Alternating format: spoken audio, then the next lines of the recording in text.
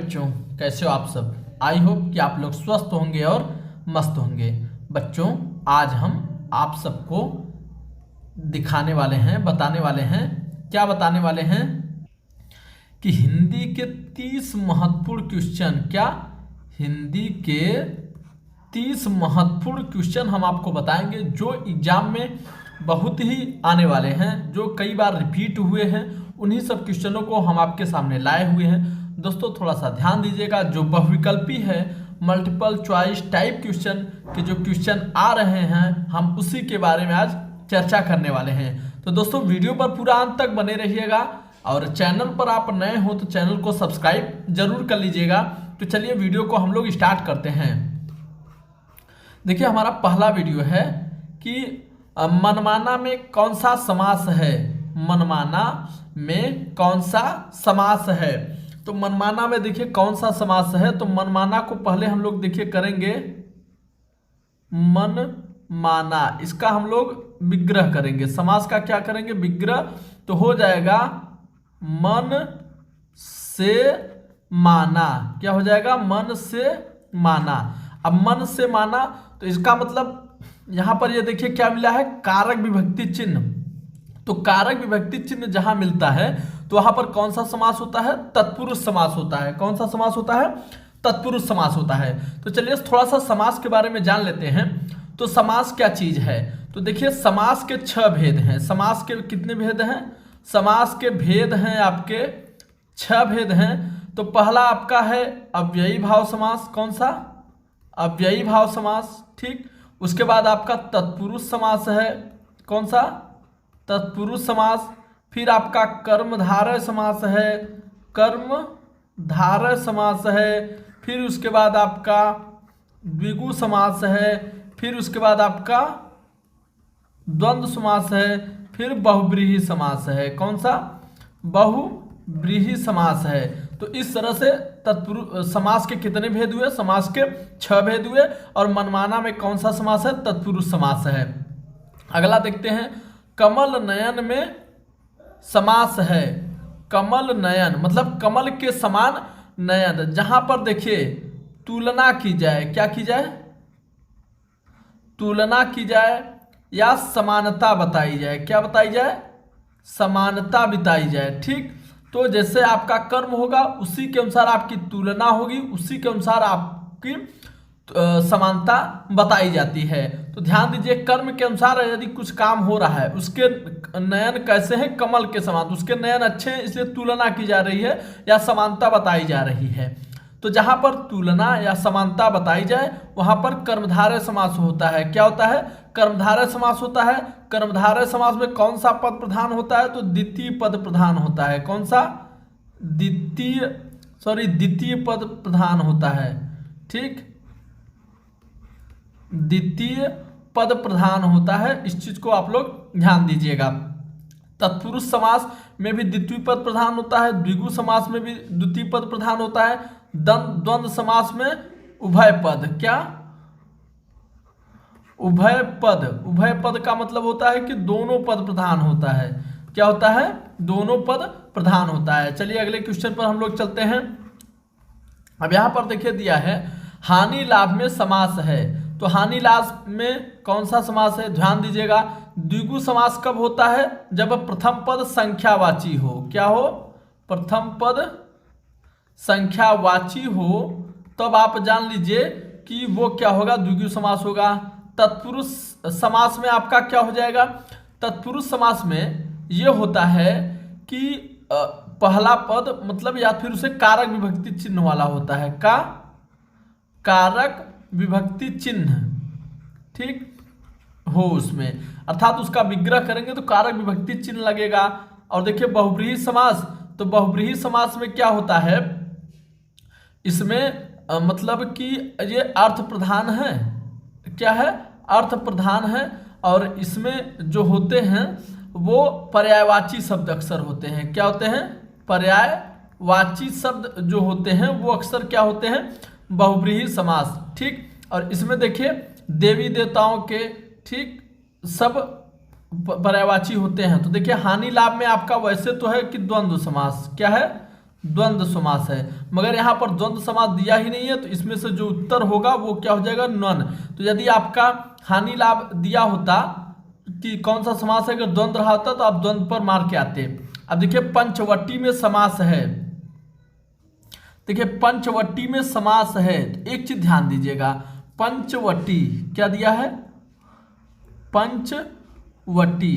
यहां पर पंच मतलब 5 वट, क्या है 5 वट, 5 वट, 5 यहां पर क्या आ गया, गिनती आ गया, अर्थात पहला पद ये क्या हो, संख्या हो। तो पहला पद यदि संख्या हो तो वहां पर क्या होता है, द्विगु समास होता है। कौन सा समास होता है, द्विगु समास। और तत्पुरुष समास में हमने क्या बताया, कारक विभक्ति चिन्ह। कर्मधारय समास में तुलना या समानता बताई जाती है। अव्ययी भाव में प्रथम पद क्या होता है, उपसर्ग होता है। क्या होता है, उपसर्ग होता है। तो एक चीज यहां ध्यान दीजिएगा कि पंचवटी में द्विगु समास है। यहीं पर अगर इसी जगह बहुब्रीहि समास देता, क्या होता कि बहुब्रीहि समास अगर यदि आपको दे दिया जाता तो आप क्या लगाते, बहुब्रीहि समास ही लगाते। क्यों, क्योंकि पौराणिक कथाओं से संबंधित चाहे जगह हो, चाहे स्थान हो, चाहे नाम हो, तो वहां पर द्विगु समास न हो करके बहुब्रीहि समास हो जाएगा, चाहे उसमें संख्या की बात क्यों न कही जाए। अब देखिए अगला है आपका कि आजन्म में समास है। क्या है, आजन्म में समास है। तो यहां पर देखिए आ धन जन्म, ठीक, क्या आ धन जन्म। आप यहां पर क्या है, उपसर्ग है। क्या है, उपसर्ग है। अब देखिए जब उपसर्ग है तो ध्यान दीजिएगा कि प्रथम क्या है, कर्मधारय दिया है, फिर द्वंद्व है, फिर अव्ययी भाव, फिर बहुब्रीहि। तो जहां पर प्रथम पद उपसर्ग होता है वहां पर अव्ययी भाव समास होता है। तो ध्यान दीजिएगा कि इसमें कौन सा समास होगा, अव्ययी भाव समास होगा। अगला देखते हैं, जिस समास का दोनों पद प्रधान हो वो होता है। तो आप बताइए किस समास का दोनों पद प्रधान होता है। तो ध्यान दीजिएगा यहां पर दिया हुआ है कि तत्पुरुष समास, बहुब्रीहि समास, द्विगु समास और द्वंद्व समास। तो चलिए इसको बारी बारी से देख लेते हैं। तो तत्पुरुष समास में क्या होता है, द्वितीय पद, द्वितीय पद प्रधान होता है। बहुब्रीहि पद में दोनों पद अप्रधान, दोनों पद अप्रधान होता है, अप्रधान होता है। द्विगु समास में द्वितीय पद होता है, ठीक, द्वितीय पद प्रधान होता है। जो द्वंद्व समास होता है दोनों पद प्रधान होते हैं। क्या होते हैं, दोनों पद प्रधान होते हैं। तो यहां पर ध्यान दीजिएगा कि द्वंद्व समास में दोनों पद प्रधान होते हैं। तो जिस समास का दोनों पद प्रधान हो वो द्वंद्व समास होता है। तो इसका आपका चौथा वाला विकल्प सही हो जाएगा। अगला देखते हैं, शोकाकुल में समास है। तो शोकाकुल क्या है, शोकाकुल। तो शोकाकुल से होगा कि शोक से आकुल, शोक से आकुल। तो शोक से आकुल का क्या हो जाएगा, शोकाकुल। तो यहां पर देखिए कारक विभक्ति चिन्ह है। तो कारक विभक्ति चिन्ह जब कभी भी आ जाए तो वहां पर आपका हमेशा तत्पुरुष समास होगा। इसलिए शोकाकुल में प्रथम वाला होगा, पहला आंसर होगा तत्पुरुष समास। अव्ययी का आप जानते हैं कर्मधारय और बहुब्रीहि का। अब देखिए युद्ध में स्थिर, युद्ध में स्थिर, युधिष्ठिर में कौन सा समास होगा। तो ध्यान दीजिएगा कि युधिष्ठिर, तो इसका होता है कि युद्ध में स्थिर, युद्ध में स्थिर रहने वाले को युधिष्ठिर कहा जाता है। तो इसके अनुसार से यहां पर तत्पुरुष समास होना चाहिए। मगर युधिष्ठिर कहते ही पौराणिक कथा महाभारत की याद आती है। किसकी आती है, महाभारत की याद आती है। तो बस ये उस समय जाता है किसी अर्थ विशेष के लिए। तो यहाँ पर बहुब्रीहि समास उत्तर होगा आपका। तो ध्यान दीजिए रहिएगा, मोस्ट इंपॉर्टेंट क्वेश्चन है ये बहुत ही इंपॉर्टेंट है कि युधिष्ठिर में कौन सा समास होगा। तो बहुब्रीहि समास होगा आपका। अब फिर नवयुवक, नवयुवक, नवयुवक में कौन सा समास होगा। तो यहाँ पर कर्मधारय समास होगा आपका, ठीक। अब देखिए विशेषण और विशेष के योग से कौन सा समास बनता है, विशेषण और विशेष, विशेषण और विशेष के योग से कौन सा समास बनता है। तो देख लीजिए विशेषण विशेष या फिर आपका जो आ जाए उपमेय उपमान, क्या आ जाए, उपमेय और उपमान, उपमेय और उपमान आ जाए तो वहां पर ध्यान दीजिए कि कर्मधारय समास होगा, तो 3 नंबर का उत्तर आपका सही हो जाएगा। जहां पर विशेषण विशेष या उपमेय उपमान की बात की जाए वहां पर कर्मधारय समास होगा। अगला देखते हैं मंत्री परिषद। मंत्री परिषद में कौन सा समास होगा? तो मंत्रियों के लिए परिषद। इसका जब हम लोग विच्छेद करेंगे तो क्या हो जाएगा? मंत्रियों के लिए परिषद। तो इसमें कौन सा समास होगा? तत्पुरुष समास होगा। मंत्रियों के लिए शब्द आ रहा है, क्या आ रहा है? के लिए शब्द आ रहा है, तो इसलिए यहां पर कौन सा समास हो जाएगा? मंत्री परिषद के लिए, मंत्रियों के लिए परिषद। ठीक, तो तत्पुरुष समास आपका हो जाएगा, पहला विकल्प आपका सही रहने वाला है। निम्नलिखित में से तत्पुरुष समास है, तो देखिए निम्नलिखित में तत्पुरुष समास है। चक्रपाणी, चक्रपाणी करते ही भगवान श्री कृष्ण की याद आती है, तो इसलिए जहां पर किसी अर्थ विशेष की बात की जाए वहां पर क्या हो जाएगा? बहुव्रीहि। ठीक, चतुर्युग, 4 युग, तो यहां पर देखिए द्विगु समास होगा। ठीक, क्या होगा? द्विगु समास होगा। यहां पर दिया है माता पिता, जब कभी भी जोड़े में कोई शब्द आ जाए या विलोम शब्द आ जाए तो वहां पर क्या हो जाता है? द्वंद्व समास हो जाता है। तो तत्पुरुष समास यज्ञशाला, यज्ञ के लिए शाला, यज्ञ के लिए शाला, तो यज्ञ के लिए शाला के लिए आपका क्या लगेगा? यज्ञशाला। तो यहां पर क्या हो जाएगा? तत्पुरुष समास, क्योंकि देखिए के लिए शब्द आ रहा है, कारक विभक्ति चिन्ह, तो तत्पुरुष समास किसमें है? यज्ञशाला में। आइए अगला देखते हैं नरोत्तम। नरोत्तम में कौन सा समास है? तो इसका जब हम विच्छेद करेंगे तो क्या हो जाएगा? नरो में उत्तम, नरो में उत्तम। तो अक्सर यहां पर में शब्द ना देख करके यहां पर क्या हो जाएगा? कर्मधारय समास होगा। विशेषता बताई जाती है कि जहां कई लोगों में से एक आध को छाटा जाए या विशेषता बताई जाए तो वहां पर कर्मधारय समास होगा। तो यहां पर आपका उत्तर क्या होगा? कर्मधारय समास होगा। अब देखिए त्रिफला दिया हुआ है। त्रिफला का मतलब होता है 3 फल, त्रिफला का मतलब होता है 3 फल। अब यहां पर देखिए त्रिफला का मतलब हर किसी 3 फल से नहीं, किसी विशेष, जिसे कहते हैं हर, क्या कहते हैं? हर, फिर बहेड़ा, क्या होता है? बहेड़ा और आंवला, क्या? आंवला, हर, बहेर और आंवला, इन 3 चीजों को मिलाने पर केवल त्रिफला बनता है। तो वैसा जैसे आम, अमरूद और सेब को लेकर के कभी त्रिफला नहीं कह सकते, तो यहां पर देखिए किसी विशेष अर्थ की प्रधानता हो रही है, तो इसलिए यहां पर द्विगु समास न होकर के आपका बहुव्रीहि समास होगा। इसको ध्यान दीजिएगा, ये बहुत ही इंपॉर्टेंट क्वेश्चन है आपके लिए। ठीक, तो इसमें त्रिफला में कौन सा समास होगा? बहुव्रीहि समास होगा। अब देखिए तन्मय का संधि विच्छेद, तन्मय का संधि विच्छेद हो जाएगा आपका तत्धनमय, क्या हो जाएगा? तत्धनमय। इसका सही संधि जो तत्धनमय, तीसरा उत्तर होगा। और इसमें से कौन सी संधि है? तो ये है आपका व्यंजन संधि। कौन सी? व्यंजन संधि है। तो ध्यान दीजिएगा इसमें व्यंजन संधि है, एकदम अच्छे से इसको लोग ध्यान दे दीजिएगा। अब देखिए अगला है आपका कि अधः गति, अधः धन गति बराबर अधोगति किस संधि का उदाहरण है? तो देख लीजिए यहां पर ध्यान दीजिएगा कि किस संधि का उदाहरण है अधः गति में। तो पहला है स्वर संधि, फिर विसर्ग संधि, व्यंजन संधि और गुण संधि। तो यहां पर देखिए विसर्ग लगा हुआ है, अधः धन गति से अधोगति होगा, तो इसलिए इसमें कौन सी संधि होगी? विसर्ग संधि आपकी होगी। तो चलिए अगला हम लोग देख लेते हैं। उपर्युक्त में संधि है, उपर्युक्त में देखिए उपर्युक्त में संधि है, तो ऊपर धन युक्त, ऊपर धन युक्त। अब देखिए ऊपर धन युक्त में कौन सी संधि होगी? तो देखिए ऊपर धन युक्त कहां पर? य के ऊपर आधा र मिल रहा है, तो यहां पर क्या हो जाएगा? यड़ संधि हो जाएगा। ठीक, तो ऊपरी धन उक्त, क्या हो जाएगा? ऊपरी धन उक्त। तो इसका संधि विच्छेद होगा, ऊपरी धन उक्त से ऊपर युक्त हो गया, ऊपर धन युक्त नहीं होता है, ऊपरी धन युक्त से आपका ऊपर युक्त होगा। इसमें कौन सी संधि होगी? यड़ संधि होगी। ध्यान दीजिएगा इसको विशेष तरह से।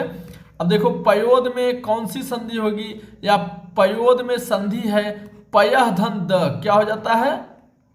पयः धन द। तो पयः धन द से पयोद होगा। और कौन सा संधि होगा आपका? तो तो ये आपका विसर्ग संधि के अंतर्गत आएगी। तो दोस्तों ध्यान दीजिएगा, पयः धन इसका उत्तर होगा, पयः धन द से पयोद होता है। अब देखिए स्वर संधि का उदाहरण होता, तो स्वर संधि का उदाहरण वही होगा जिसका विच्छेद करने पर मतलब प्रथम पद भी स्वर मिले और द्वितीय पद भी स्वर मिले। तो आप जान लीजिए कि वो कौन सी संधि होगी, स्वर संधि होगी। वागीश का हम लोग विच्छेद करेंगे वाक धन ईस, वाक धन ईस, तो वागीश होगा, ये हमारा व्यंजन संधि हो गया। दिगंबर का संधि विच्छेद करेंगे तो ये हो जाएगा दिक धन अंबर, क्या हो जाएगा, दिक धन अंबर। अब यहाँ पर देखिए क व्यंजन है और ये स्वर है, तो व्यंजन और स्वर से हमारा व्यंजन संधि होगा। ठीक, अब देखिए इसका हो जाएगा दुष्कर्म का दुह धन कर्म, दुह धन कर्म। अब यहाँ पर देखिए विसर्ग आ गया तो विसर्ग संधि होगा। अब देखिए रत्नाकर, रत्न धन आकर, इसका क्या होगा, रत्न धन आकर, क्या हो जाएगा, रत्न धन आकर। अब देखिए न में अ की मात्रा है और यहाँ पर आ की मात्रा है, तो स्वर और स्वर से मिला तो क्या हो जाएगा, स्वर संधि, तो रत्नाकर में आपका स्वर संधि होगा। नायक में संधि विच्छेद है, नायक में। अब देखिए न, नायक में यहाँ पर हमें न मिला है, न धन, यहाँ पर आय मिला है, क्या मिला है, आय, और यहाँ पर देखिए य में से अ लिए तो अक, अ और क मिला है। आय का क्या हो जाता है, अय हो जाता है, तो करेंगे तो नय धन अक, क्या हो जाएगा, नय धन अक से नायक हो जाएगा। यहाँ पर अनाद नहीं होना चाहिए, अयाद संधि होनी चाहिए, तो यहाँ पर अयाद संधि होगी, उत्तर आपका अयाद संधि हो जाएगा। तो कहीं पर आपका जैसे ऐसे मिल जाए, ये मतलब आ की मात्रा य या केवल य, या पर ऐसे आ की मात्रा और व या केवल व, इस तरह से मिल जाए, मतलब आय य, आय और अय, फिर आव और अव, इस तरह से मिल जाए तो आप जान लीजिए कि कौन सी संधि होगी, अयादि संधि आपकी होगी। जातिवाचक संज्ञा है, तो जातिवाचक संज्ञा है लड़का, राधा, हिमालय, गंगा। लड़का व्यक्तिवाचक, किसी व्यक्ति का नाम है, राधा किसी लड़की का नाम है, हिमालय किसी पर्वत का नाम है, और गंगा क्या है, किसी नदी का नाम है। तो देखिए राधा किसी लड़की का नाम है, हिमालय, गंगा, तो लड़का क्या है, लड़का आपकी क्या है, लड़का एक जाति है। तो ठीक, लड़का किसी नाम का नहीं है, ये जाति है, तो इसलिए जातिवाचक संज्ञा होगा। अब देखिए मैं पेन से लिखता हूं में कौन सा कारक है, पेन से, कर्ता ने, कर्म को करण से, ठीक, करण का क्या होता है, से या के द्वारा। तो जहां पर साधन की बात की जाए, क्या की जाए, साधन की बात की जाए, तो वहां पर करण कारक होगा, तो मैं पेन से लिखता हूं में करण कारक होगा। अपादान, अपादान का क्या होता है, के लिए होता है, क्या होता है, के लिए, मतलब जहां पर कोई वस्तु अलग हो तो वहां पर क्या होता है, अपादान कारक होता है। जैसे पेड़ से पत्ता गिरता है तो वहां पर अपादान कारक, चूहा बिल से निकलता है तो वहां पर कौन सा कारक, अपादान कारक। गंगा हिमालय से निकलती हैं तो कौन सा कारक, अपादान कारक होगा। अधिकरण कारक में या पर, में या पर, मतलब किसी स्थान की बात की जाए तो पुस्तक मेज पर रखी है, पुस्तक मेज पर रखी है तो अधिकरण कारक। सीता छत पर नाच रही है तो अधिकरण कारक। बस पुल पर जा रही है तो अधिकरण कारक। अब फिर देखिए संप्रदान के लिए क्या होता है, के लिए, ठीक। तो जहां पर किसी को कुछ दिया जाए या किसी के लिए कुछ किया जाए वहां पर संप्रदान कारक होता है। राम ब्राह्मणों को वस्त्र देता है तो यहाँ पर दान कर रहे हैं तो वहां संप्रदान। तुम मेरे लिए पानी लाओ, या सीता पिताजी के लिए खाना बनाती है तो वहां पर क्या हो जाएगा, संप्रदान कारक। किसी के लिए कुछ कर रहे हैं या किसी को कुछ दे रहे हैं तो वहां पर संप्रदान कारक आपका हो जाता है। अगला देखते हैं, तुम व्याकरणिक दृष्टि से है, तुम क्या है, तुम क्या है, संज्ञा है, सर्वनाम है, क्रिया है, विशेषण है। तो तुम क्या है, सर्वनाम शब्द है, क्या है, सर्वनाम शब्द है, ठीक। अगला, घोड़ा बहुत तेज दौड़ता है। अब एक चीज ध्यान दीजिए कि एक होता है कि घोड़ा तेज दौड़ता है, घोड़ा तेज दौड़ता है, एक ये हो गया। एक घोड़ा बहुत तेज दौड़ता है, घोड़ा बहुत तेज दौड़ता है, दौड़ता है। ठीक, तो देखिए यहां पर है घोड़ा तेज दौड़ता है, घोड़ा बहुत तेज दौड़ता है। तो केवल जब बात की जाए कि घोड़ा तेज दौड़ता है तो वो आपको विशेषण होगा। क्या हो जाएगा? विशेषण। अब देखिए तेज के आगे बहुत लग गया, तो ये तेज के आगे क्या लगा है? बहुत, तो ये विशेषण है। तेज शब्द विशेषण है, विशेषण की ये विशेषता बता रहा है। तो जो विशेषण की विशेषता बताता है वो हमारा प्रविशेषण होता है। क्या होता है? प्रविशेषण होता है। तो घोड़ा बहुत तेज दौड़ता है में क्या है? प्रविशेषण है। उत्तर नंबर 2 आपका सही हो जाएगा। अब देखिए संप्रदान कारक का चिन्ह है, तो कर्ता ने कर्म को करण से के द्वारा अपादान के लिए संप्रदान से। ठीक, तो यहां पर क्या हो जाएगा? से हो जाएगा। संप्रदान से या के लिए, तो यहां पर से, करण से या के द्वारा, और यहां पर ये से हो जाएगा। अब जातिवाचक संज्ञा नहीं है, तो देखिए जातिवाचक संज्ञा नहीं है। गंगा आपका क्या है? व्यक्तिवाचक है। ठीक, सुंदरता आपका क्या है? गुण है। ठीक, ये भी धैर्य क्या है? गुण है। ठीक, कवि आपका क्या है? जातिवाचक है। ठीक, तो देखिए गंगा क्या है? व्यक्तिवाचक है, तो जातिवाचक संज्ञा नहीं है। तो आप कर लेंगे कि यहाँ पर गंगा तो जातिवाचक नदी का है, तो यहाँ पर आप लगा देंगे गंगा जातिवाचक नहीं है। यह मेरा छोटा भाई है में यह क्या है? में यह क्या है? तो यह क्या है? तो ये क्या है? यह सर्वनाम है। क्या है? सर्वनाम शब्द है। यह मेरा छोटा भाई है में यह क्या है? तो यह आपका क्या है? सर्वनाम है। ठीक, चलिए अगला देखते हैं हम लोग। तो गीदड़ का स्त्रीलिंग होगा, तो गीदड़ का गीदड़ी, गिदड़िनी, गिदड़िनी, गिदड़िया, तो गिदड़नी होगा आपका स्त्रीलिंग। अब देखिए अगला देखते हैं। सीता को पुस्तक दी, तो सीता को में कारक है, तो देखिए कर्ता का चिन्ह होता है, कर्ता ने होता है, और कर्म का क्या होता है? को होता है। तो कर्म का क्या होता है? को होता है। तो यहां पर सीता को पुस्तक दी, तो कौन सा कारक होगा? कर्म कारक होगा। तो ध्यान दीजिएगा कि यहां पर कौन सा कारक होगा? कर्म कारक होगा। अब देखिए वह आदमी अच्छा नहीं है, वह आदमी अच्छा नहीं है, तो ये क्या? किसी की विशेषता बता रहे हैं। क्या बता रहे हैं? विशेषता बता रहे हैं। अच्छा नहीं है, बुरा है, चोर है। तो जब किसी की हम विशेषता बताते हैं ना, तो वहां पर वो क्या हो जाता है? जब विशेषता बताते हैं तो विशेषण हो जाता है, और संज्ञा शब्दों के स्थान पर जो प्रयोग होते हैं वो सर्वनाम होते हैं। और किसी नाम को जो हम लोग किसी वस्तु का जब पहचान किसी नाम से करते हैं तो वो संज्ञा हो जाता है। तो ध्यान दीजिएगा कि वह आदमी अच्छा नहीं है, क्या होगा? विशेषण होगा। उत्तर नंबर 3 आपका सही हो जाएगा। तो दोस्तों इसको ध्यान दीजिएगा, एक बार अच्छे से पढ़ लीजिएगा। और हाँ, वीडियो अच्छा लगा हो तो लाइक जरूर कर दीजिएगा, और चैनल पर नए हो तो दोस्तों चैनल को सब्सक्राइब जरूर कर लीजिएगा। मिलते हैं इसी प्यारे से ऐसे ही वीडियो के साथ, तब तक के लिए जय हिंद, जय भारत।